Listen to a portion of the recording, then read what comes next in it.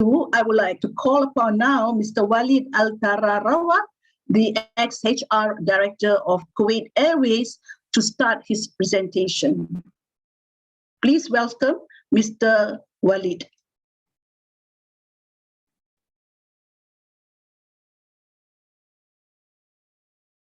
Okay, everybody, assalamu alaikum. Good morning. Walaikum salam. Can you hear me? Okay. We can hear you. Okay. First of all, I would like to thank you for giving me this opportunity to talk about very important subject, which is called Kuwaitization. And also, I would like to take this opportunity to welcome those who have been for a long time organizing this conference. And I know probably due to this corona pandemic, we are not able to attend this conference together at one place. But now we are here and we can launch and start our conference. Let me, first of all, tell you where I am right now, because, you know, as you see, I am away from home and I am about to fly back to Kuwait. So I will not be able to share with you a prepared presentation or slide or something because, you know, I'm traveling. However, I am doing my best to be part of this conference. I hope I can present something that everybody benefits from my part. Talking about Kuwaitization, and you know, this very long story. I have been working with Kuwaiti, especially youth, girls and boys, for a long time, giving counseling, consulting, and advising them, telling them what to do. And the future, you know, they don't know what the future holds. And Kuwait is a small country, and we are doing our best through different agencies of the government, trying to convince Kuwaiti to go to work in the private sector or find something rather for what they call being their own boss or their own business, so on and so forth. What I am going to introduce today is, I would like to call it, you know, experience related to what Kuwaiti think, especially those who graduated from the university. There is three directions, actually. The first one, just be your own and get something, a loan or something from the government. And here you are, start your own business as a startup. The other one, you go to secure place, and security, the most important part, which is government. I go to government, I work with government, and I am giving a job and offer the security so nobody can touch me. In reality, this is not true. Third one, I go to private sector, and for a few months I am hired, and the end of the story, I am fired. So what to do? What is next step? How, as expert, convince Kuwaiti to work in the private sector, or doesn't matter. A lot of them, they cannot work in the private sector, like those who have graduated from America, from England, from Australia, those specialized in the oil field, for example. So we don't have private sector providing opportunity for them. So therefore, they have to go where? They have to go to the government sector. So the story begins with, you know, their dream. After graduation, they are celebrating their graduation. We are happy. We have our family, our father, our mother, sisters, friends. They are, you know, sharing with us this moment. In reality, you know, after graduation, a lot of them have been waiting for a long time. And a lot of them, really having difficulty. In HR, we have something called CASU. What does CASU means? Knowledge stand for K stand for knowledge, S stand for skills, A abilities, and O other characteristics. When we do assessment to those, actually, I don't see any agency, either government or private, because for a long time I had been working with the private sector since 2000. Normally, we don't do assessment. I tried my best to convince those CEO, top management to bring change and to convince them that assessment is a must, so that we can do something real, because competencies, capabilities of those graduates, especially, they don't have experience. Their experience only, research and whatever they have been required by, the professors at the university or school or whatever, to do their project. And especially those graduating from America, Europe, they think after graduation, the moment they touch Kuwait,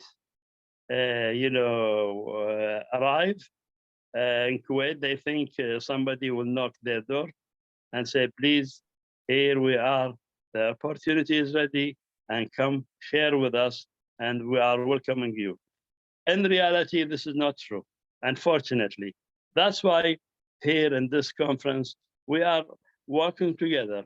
We want to produce something that trying to do this kind of assessment, trying to convince them, trying to go through competency model so that we can do the assessment, and then we can direct the new graduate, for example, and telling them what to do or where to go, which places fit their or suit their need and want, and from using a tool or a competency model where we can do the assessment, and this is something real. So once we test their knowledge, their experience, their education, so on and so forth, we will be able to provide a solution. Solution means direction, where to go. So this is very important. I know probably the rest of the day, our friends and our speakers, they will focus on this. But something very important I will just bring to the table to share with you, why Kuwaiti or youth, both girls and boys, they are not interested in working in the private sector or sometime in the government sector. Again, I'll give you an example. Those who graduated from pharmaceutical, specialized in this field, and the only place they can take them was come to government, especially those on the scholarship program, Ministry of Health. So a lot of people, a lot of students graduate, they think, wow, after 7 years spending my time, I am speaking the language fluently, like French language, English language, Spanish language, so on and so forth. I am going to work with the government. So this creates a problem. And psychologically, they need to be giving, not a treatment, rather counseling.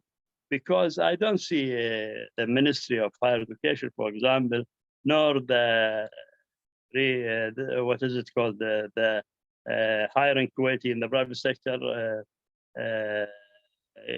able to deliver this message, because at the end of the day, they are government employees. So my advice, let's work together. Let's produce something where we can offer software, application, a product where Kuwaiti go through assessment, and then after the assessment, we will tell them what to do, because we have to know their capability, their abilities, and at the same time, we are like a doctor or physician. The patient come to you, you go through procedure of assessment 1, 2, 3, 4, 5, and then the end of the end result. Either we give medication, or say you have to go to the hospital. We will admit you for a period of time so that we can treat you and then you get well. So this is the same story. You cannot hire somebody without being assessed or test their ability, capability, experience, so that we can suit them, put them in the right place at the right time. So this is, I think, very important, and I have the honor to be the first one. And this is what I think we must share and focus during coming month. And we have to play a major part, especially those experts in this field of HR. And hopefully, I get this message to the government agency or who is in charge of doing this or taking this assessment into reality. I would like to thank you all for giving me this opportunity. And again, remember, I am on my way to the airport, hopefully in a few hours. And I will see you probably next time, but feel free. I have a few minutes to share and to accept any question. Please, thank you, Doctor, for giving me this opportunity. Thank you very much.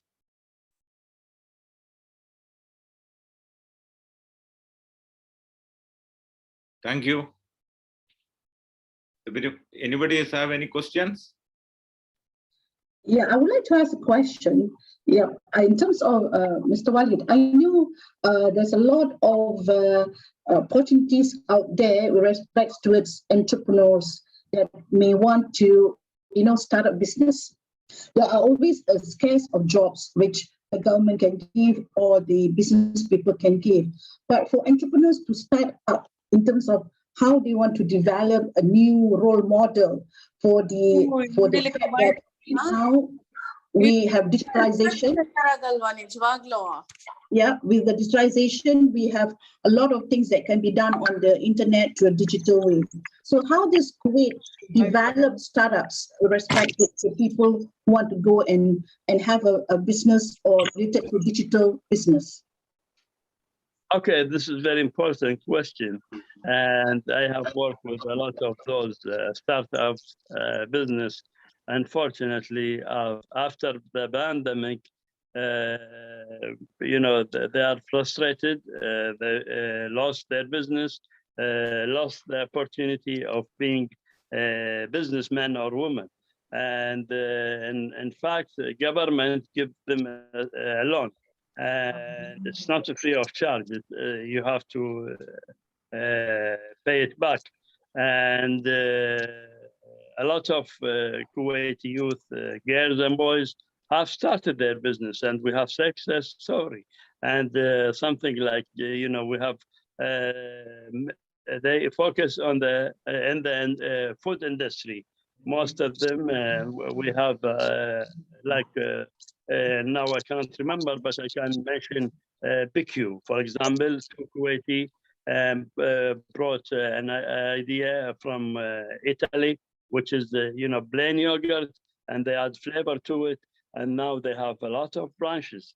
And also something called Joy. She was starting with the strawberry chocolate. On the top of the chocolate, she used strawberry, and now she has I don't know how many branches.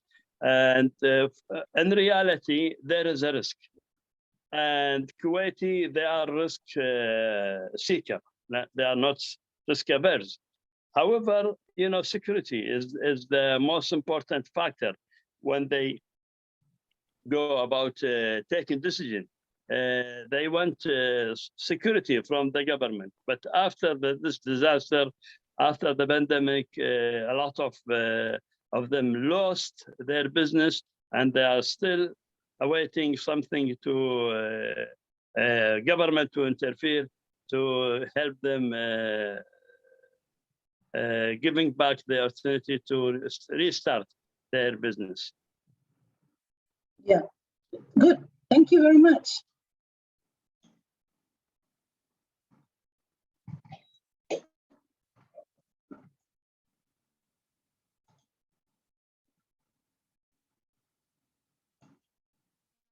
Any question or comments?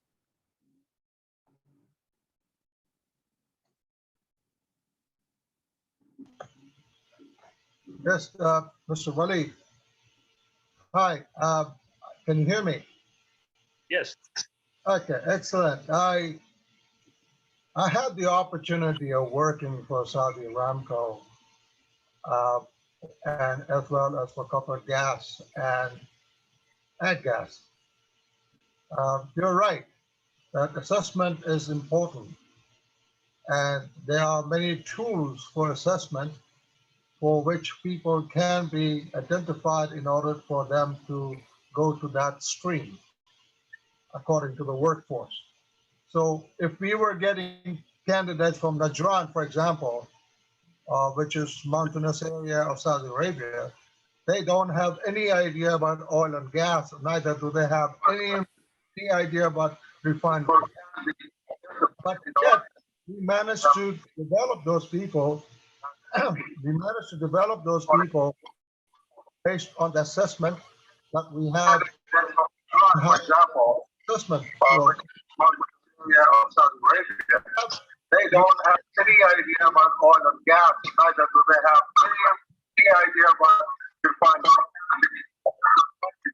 We managed to develop those people. We managed to develop those people based on the assessment that we had. I don't know, this is recording or is there something which is, can you hear me now?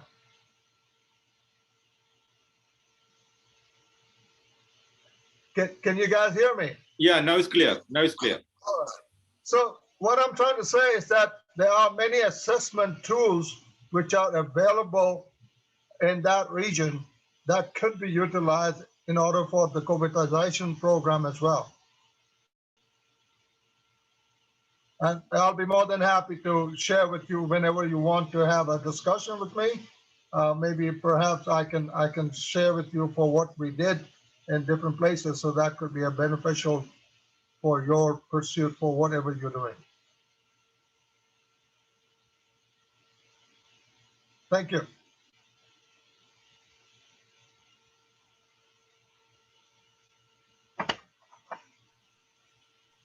Hello, Assalamu alaikum. Mr. Waleed, I have a question for you, or maybe perhaps, I don't say a question, but a suggestion or a comment rather regarding the Kuwaitization issue. I'm Abdurrahman Abdullah. I'm in Kuwait for the last 14 years. And I understand everything you said. I mean, it's quite normal that someone graduates from college, they want to see their future starting to happen. But is it possible, because I've been living here for 14 years, I have a family of my own, is it possible for Kuwait to develop programs to develop people further or even at a faster rate while they're in high school? When we're in America, we have work study programs, you know, where like whatever career field we're going to go into, we start the chart on that path while we're in high school. It's like a pre-internship program. So like if you're going to go into medical field, you start to get the practical knowledge. You start to go work at places, you know, giving injections, you know, as an intern. So prior to college, to actually give them hands-on training versus just assessing them based off of, you know, we need the competencies, but from a practical standpoint versus just a theoretical standpoint.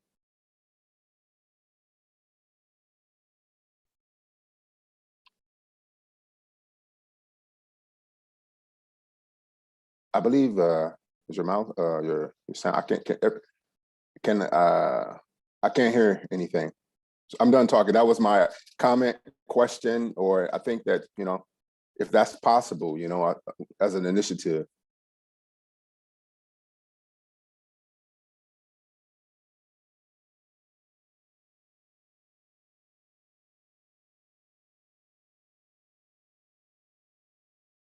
Let me mute my. Can you unmute the mic? No. Can you unmute? I'm talking now. Okay. I'm waiting for a response here. Okay. Okay. There you go. Can you hear me now? Okay. First Yes, of all, clear. I would like to welcome our brothers in Kuwait, and it's my pleasure to talk to you and to the rest of our guests.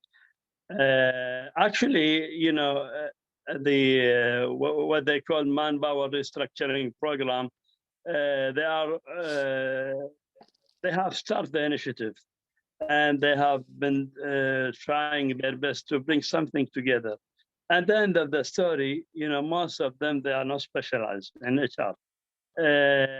Probably they are specialized in something other field, and this needs somebody who is expert in the field of HR, not only education, because education will give you the certificate, and then once you graduate, here you go, and you will research and find your path in order to progress in your career and your future. And this one, or this assessment, I have not heard of. I know a lot of assessment tools. I am myself certified in one of those tools, but in reality, you cannot apply it. And especially even when I used to work for different private sectors, I ask them, can we use this assessment tools to hire a manager, salesperson, so on and so forth? They don't get used to it. They think this is not real. So the best thing to do is just interview that person, and if he is okay, give him the job. So in reality, I think we are way far, because if you compare this to the education system of what we offer our students in Kuwait, government, I think there is no linkage. So I think probably this is the beginning of convincing them, bringing this to their table. Probably they will pay attention, and I believe in this. Hopefully it will happen soon. Thank you. Thank you. My pleasure.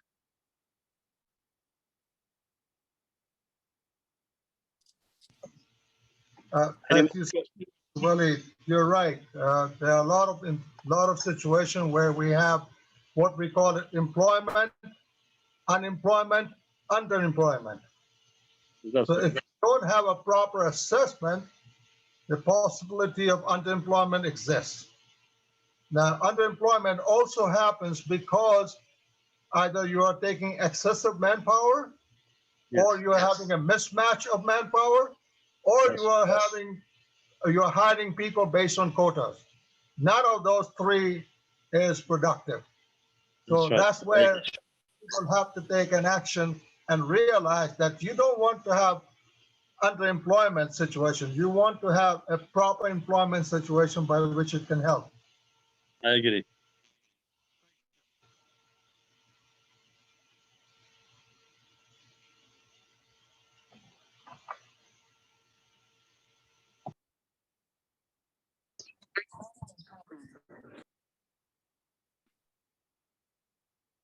Yeah, thank you, Mr. Waleed. Thank you very much. Appreciate it. Thank you. Thank you. Ma assalam.